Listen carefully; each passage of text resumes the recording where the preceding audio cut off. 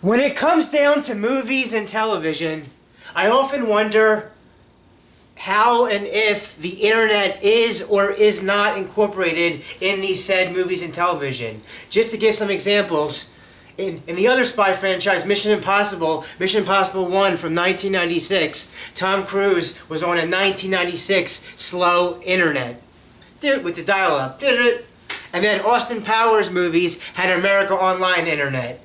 And then there was two movies from 1999 that have their own internet as well, The Matrix and American Pie. With all that said, I like that the internet was incorporated into the plot story of GoldenEye.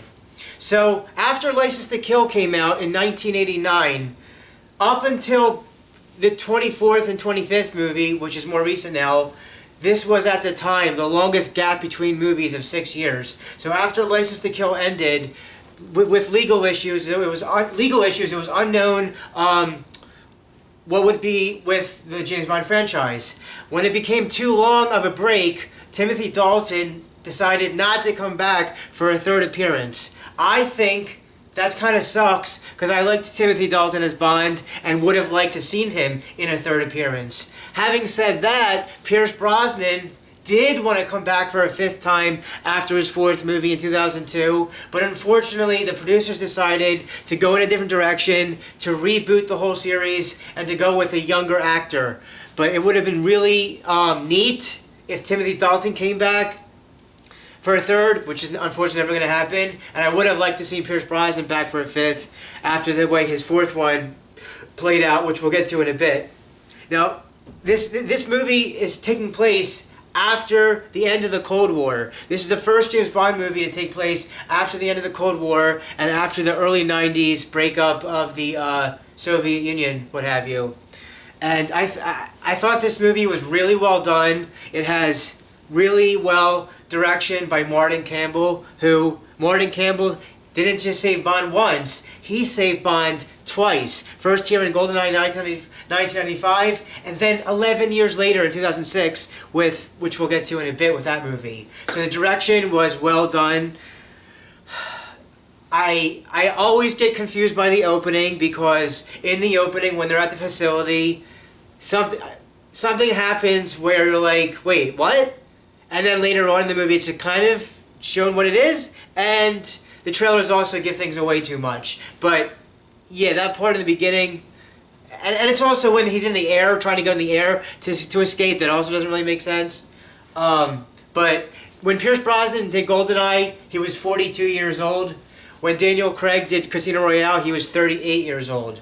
By the time Pierce Brosnan was done in his fourth movie, he was 49 years old, so he was getting pretty high up, but I would have liked to seen him in a fifth appearance, which unfortunately will never happen. What I want from you guys is to think of what story and whole atmosphere would be if Pierce Brosnan ever came back for a fifth movie, which unfortunately will never happen. What would that be like? And same said for Timothy Dalton. GoldenEye is just really, really well done. I like also, location-wise, I like that they were actually able to film inside of Russia. I think it was Moscow. They actually got to really film in Russia for that tank scene. I just thought all the characters were really well played. I like both females. I like Zanya Onatop. I like Zanya Onatop, and of course Natalia. Natalia, I think, is one of the better Bond women in the series. And I would have to say, so the villain is also, I liked how the villain was once a friend of the main hero, and how they had that intense fight at the end of the movie. And I just thought, and then we have M. M is the first time it's a female M in the series. I thought having a female M was a nice upgrade from those first 16 movies being a male M. And we'll talk more about M in some of the other movies I'll be talking about after GoldenEye. But yeah, GoldenEye, really, really, really solid, highly recommended. And if I had to before I grade it, I'm trying to see if there's anything else about the movie I want to mention. The action is really well done. Parts of the music is well done, though I have to say I'm not a big fan of the Tina theme song. Tina Turner theme song. I thought there was theme songs past GoldenEye I liked more, but this isn't one of them. Again, the story, the characters, it all flowed and connected and flowed in a nice, smooth, and really well-made way. And definitely highly check out GoldenEye if you've never seen it. It's probably in a lot of people's top fives, I would say.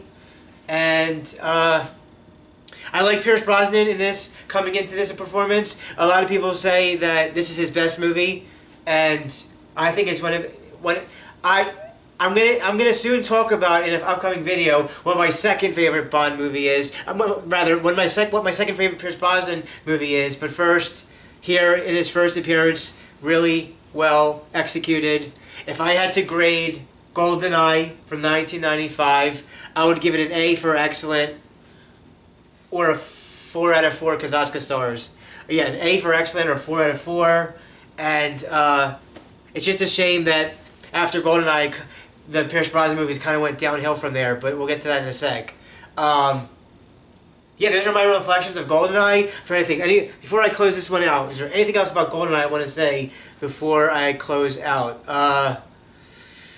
It's a shame the card wasn't really used in that whole car scene. We still get Q back from the original movies. We got a new M, a new Moneypenny, and there's a casino scene. I like all the Bond movies that have their little casino scene. And yeah, Xenia Onatopp, one of the most interesting characters they ever had. Well, and I like both females in this. This is the last time in the Pierce Brosnan movies where the females would be internationally European, where from his next 3 movies there would be one American of the women. So we could get into that when we get to the other Pierce Brosnan movies, but yeah, I can't give enough praise what's already been said about GoldenEye. So there's only one last thing to say, and that is